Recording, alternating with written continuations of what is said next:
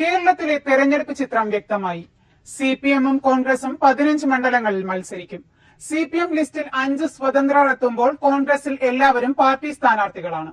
കഴിഞ്ഞ ദിവസം കോൺഗ്രസിന്റെ സ്ഥാനാർത്ഥി പട്ടിക ഹൈക്കമാൻഡ് പ്രഖ്യാപിച്ചതോടെ കേരളത്തിലെ തെരഞ്ഞെടുപ്പ് ചിത്രം വ്യക്തം. 20 ലോക്സഭാ മണ്ഡലങ്ങളിൽ തിരുവനന്തപുരത്തും കാസർഗോഡും ശക്തമായ ത്രികോണ മത്സരമാണ് നടക്കുന്നത്. തിരുവനന്തപുരത്ത് UDF സ്ഥാനാർത്ഥിയായി ശശി തരൂരും LDF സ്ഥാനാർത്ഥിയായി ഡോക്ടർ ബെനറ്റ് എബ്രഹാമും BJP സ്ഥാനാർത്ഥിയായി O രാജഗോപാലും എത്തുന്നു.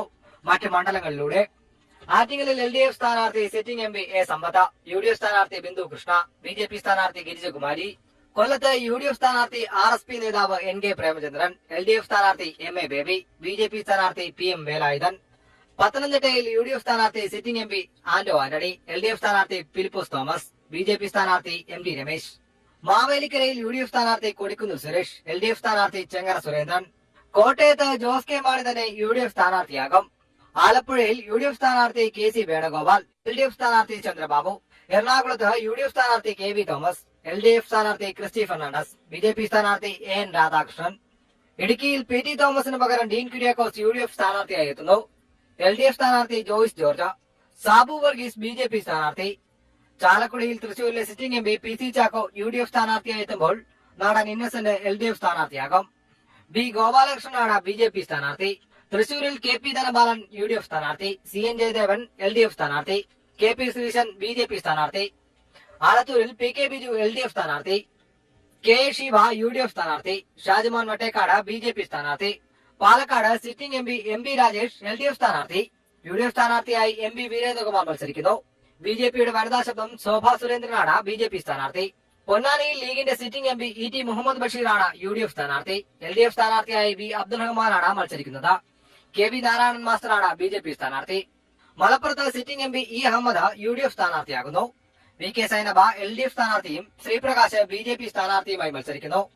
Kozhikode sitting MP MK Raghavan UDF സ്ഥാനാർത്ഥിയാകും. A വിജയരാഘവൻ LDF സ്ഥാനാർത്ഥിയും. CK പത്മനാഭനാണ് BJP സ്ഥാനാർത്ഥി. വടകര മണ്ഡലത്തിൽ LDF സ്ഥാനാർത്ഥിയായി എത്തുന്നത് പുതുമുഖമായ AM Shamseer. Sitting MP Mullappally രാമചന്ദ്രനാണ് UDF സ്ഥാനാർത്ഥി. VK സജീവ BJP സ്ഥാനാർത്ഥിയായി മത്സരിക്കുന്നു. വയനാട് ലോക്സഭാ മണ്ഡലത്തിൽ sitting MP MA Shanavas UDF സ്ഥാനാർത്ഥിയാകും. Sathyan Mokeri LDF സ്ഥാനാർത്ഥിയും. റസ്മിൽനാഥാണ് BJP സ്ഥാനാർത്ഥി. കണ്ണൂരിൽ sitting MP K Sudhakaran UDF സ്ഥാനാർത്ഥിയാകും. PK Shrimati teacher LDF സ്ഥാനാർത്ഥിയും. BJP സ്ഥാനാർത്ഥിയായി മോഹനൻ മാസ്റ്ററും മത്സരിക്കുന്നു. കാസർഗോഡ് ശക്തമായ ത്രികോണ മത്സരമാണ് നടക്കാൻ പോകുന്നത്. LDF സ്ഥാനാർത്ഥിയായി സിറ്റിംഗ് MP K കരുണാകരനും UDF സ്ഥാനാർത്ഥിയായി T സിദ്ദിഖും BJP സ്ഥാനാർത്ഥിയായി K സുരേന്ദ്രനും മത്സരിക്കുന്നു. ISROയിൽ ജോലി വാഗ്ദാനം ചെയ്ത് പലരിൽ നിന്നായി 1 കോടിയോളം രൂപ തട്ടിയെടുത്ത സ്ത്രീ പിടിയിൽ. മെഡിക്കൽ കോളേജ് സൂപ്പർ സ്പെഷ്യാലിറ്റി ആശുപത്രിയിലെ നെഫ്രോ ലാബിൽ താൽക്കാലിക ജീവനക്കാരിയായ അനിതയെയാണ് പോലീസ് അറസ്റ്റ് ചെയ്തത്. കേന്ദ്ര സർക്കാർ സ്ഥാപനമായ ISROയിൽ ജോലി വാങ്ങിത്തരാമെന്ന് പറഞ്ഞ് അനിത പലരിൽ നിന്നായി തട്ടിയെടുത്തത് ലക്ഷക്കണക്കിന് രൂപയാണ്. മെഡിക്കൽ കോളേജ് സൂപ്പർ സ്പെഷ്യാലിറ്റി ആശുപത്രിയിൽ നെഫ്രോ ലാബിൽ അറ്റൻഡറായി ജോലി ചെയ്തു വരികയാണ് അനിത. ISRO, ശ്രീചിത്ര ഹോസ്പിറ്റൽ എന്നിവിടങ്ങളിൽ ജോലി നൽകുന്ന സംഘത്തിന്റെ ഇടനിലക്കാരിയാണ് താനെന്നാണ് ഇവൾ ആളുകളെ വിശ്വസിപ്പിച്ചിരുന്നത്. പണം കൈപ്പറ്റിയ ശേഷം ചെക്കും പ്രോമിസറി നോട്ടും പകരം നൽകും. അനിത നൽകിയ ചെക്കുകളും പ്രോമിസറി നോട്ടും പരാതിക്കാർ മെഡിക്കൽ കോളേജ് സ്റ്റേഷനിൽ ഹാജരാക്കി. ജോലി നൽകാമെന്ന് പറഞ്ഞ് അനിത പലരിൽ നിന്നായി 1 ലക്ഷം രൂപ മുതൽ 30 ലക്ഷം രൂപ വരെ കൈപ്പറ്റിയതായി പോലീസ് പറഞ്ഞു. മാസങ്ങൾ കഴിഞ്ഞിട്ടും ജോലി ലഭിക്കാതെ വന്നപ്പോൾ പലരും പണം തിരികെ ആവശ്യപ്പെട്ടു. പണം തിരികെ ആവശ്യപ്പെട്ടവരെ ഭീഷണിപ്പെടുത്തിയതായി തട്ടിപ്പിനിരയവർ പറയുന്നു. ഫോണിൽ കൂടെ പറയുന്നെന്ന് പറഞ്ഞു കഴിഞ്ഞാൽ എനിക്ക് എനിക്ക് ആൾക്കാരുണ്ട്, കൈവെട്ടിക്കളയും, കാലുവെട്ടിക്കളയും. പിന്നെ എൻ്റെ ഒരു അങ്കിൾ കസിൻ്റെ കുഞ്ഞിന് ബുദ്ധിമാന്യമുള്ളതാണ്. പറയാണ് അത് ആ കുഞ്ഞിനെ എന്തെങ്കിലും ചെയ്താലേ വേദനിക്കുള്ളൂ. എൻ്റെ ജോലി എങ്ങനെ ഇപ്പം ഇപ്പോൾ നമ്മളും വിഷമം കൊണ്ട് പറയും ജോലി കളയിപ്പിക്കുമെന്നൊക്കെ പറയും അത് ഞാൻ കൊച്ചിനെ ഇല്ലാതാക്കി കളയും, അപ്പോഴേ വിഷമം തോന്നുള്ളൂ. എൻ്റെ കുഞ്ഞിനെ കൊന്നുകളയുമെന്ന് പറഞ്ഞു അവർക്കെതിരെ കംപ്ലൈന്റ് കൊടുത്തു കഴിഞ്ഞാൽ കുഞ്ഞിനെ കൊന്നുകളയുമെന്ന്. മെഡിക്കൽ കോളേജ് സ്റ്റേഷനിൽ അനിതയ്ക്കെതിരെ നിരവധി പരാതികൾ ഉണ്ടായിരുന്നു. 3-4 വർഷങ്ങൾക്ക് മുമ്പ് പരാതി നൽകിയിട്ടും അനിതയ്ക്കെതിരെ ഒരു അന്വേഷണവും നടത്തിയിട്ടില്ലെന്ന് തട്ടിപ്പിനിരയായവർ പരാതിപ്പെടുന്നു. പുതുതായി മെഡിക്കൽ കോളേജ് സ്റ്റേഷനിൽ CI ചാർജ് എടുത്ത വിനോദിന്റെ നേതൃത്വത്തിലുള്ള പോലീസ് സംഘമാണ് അനിതയെ അറസ്റ്റ് ചെയ്തത്. മെഡിക്കൽ കോളേജ് സൂപ്പർ സ്പെഷ്യാലിറ്റി ആശുപത്രിയിലെത്തിയാണ് അനിതയെ കസ്റ്റഡിയിലെടുത്തത്. ISROയിലും അതേപോലെ ശ്രീചിത്ര ഇൻസ്റ്റിറ്റ്യൂട്ടിലും ജോലി കൊടുക്കാമെന്നും പറഞ്ഞുകൊണ്ട് കുറേയേറെ പേരെ കയ്യിൽ നിന്ന് കാശ് പറ്റിച്ചിട്ടുള്ള ഒരു അനിത എന്ന് പറഞ്ഞ ഒരു സ്ത്രീയാണ് ഇന്ന് കസ്റ്റഡി എടുത്തിട്ടുള്ളത്. കൂടുതൽ ഡീറ്റെയിൽസ് ഇനിയിപ്പം എടുക്കാനിരിക്കുന്നതേ ഉള്ളൂ. ഇപ്പോൾ നമുക്ക് തൽക്കാലം 10 പേരുടെ പരാതികളുണ്ട്. 10 പേരുടെ പരാതി മൊത്തം ഏകദേശം 30 ലക്ഷത്തിൽ പുറത്തുള്ള എമൗണ്ടിനുള്ള പരാതിക്കാണ് ഇന്ന് നമ്മൾ കേസെടുത്തിട്ടുള്ളത്. കൂടുതൽ പരാതിക്കാർ ഇനിയും പരാതിയായിട്ട് വരുന്നുണ്ടെന്നാണ് അറിവ്. ഇതിനകത്ത് പിന്നെ ISROയിലും അതുപോലെ ശ്രീചിത്ര ഇൻസ്റ്റിറ്റ്യൂട്ടിൽ ജോലി കൊടുക്കാമെന്ന്, പല കാറ്റഗറിയിലുള്ളൊരു ജോലി കൊടുക്കാമെന്ന് പറഞ്ഞിട്ടാണ്. തൂപ്പ് ജോലി മുതൽ അങ്ങോട്ട് ക്രിക്കറ്റ് പോസ്റ്റ് വരെയുള്ള ജോലി കൊടുക്കാമെന്ന് പറഞ്ഞിട്ട് 6 ലക്ഷം വരെയൊക്കെ കൈക്കൂലി വാങ്ങിച്ചിട്ടുള്ളതായിട്ട്, കൈക്കൂലിയല്ല സോറി, പിന്നെ 6 ലക്ഷം രൂപയോളം ഇവരിൽ നിന്ന് സാമ്പത്തികം വാങ്ങിച്ചിട്ടുള്ളതായിട്ട് നമുക്ക് അലിഗേഷൻസ് ഉണ്ട്.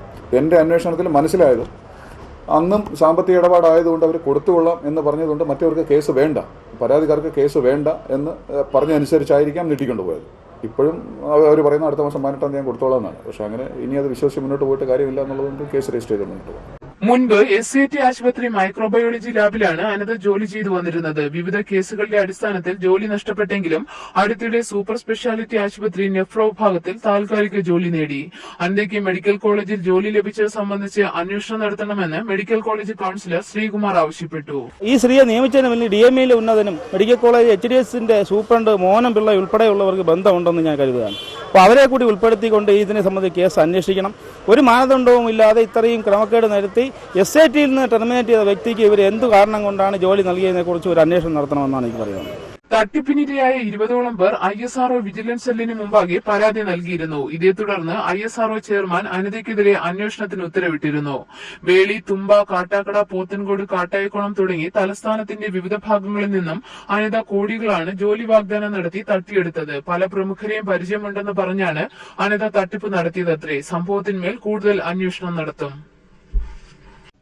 കേരള സർവകലാശാല യുവജനോത്സവം 3 ദിവസം പിന്നിടുമ്പോൾ Mar Baselios college of engineering and technology 59 പോയിന്റുമായി മുന്നേറ്റം തുടരുന്നു. 35 പോയിന്റുമായി മാർ ഇവാനിയോസ് കോളേജ് രണ്ടാമതും 29 പോയിന്റുമായി തിരുവനന്തപുരം കോളേജ് ഓഫ് എഞ്ചിനീയറിംഗ് മൂന്നാമതുമാണ്. കുച്ചിപ്പുടി, ഭരതനാട്യം, തബല, ചെണ്ട എന്നീ മത്സര ഇനങ്ങൾ കലോത്സവത്തിന്റെ 3ാം ദിനത്തെ സമ്പന്നമാക്കി.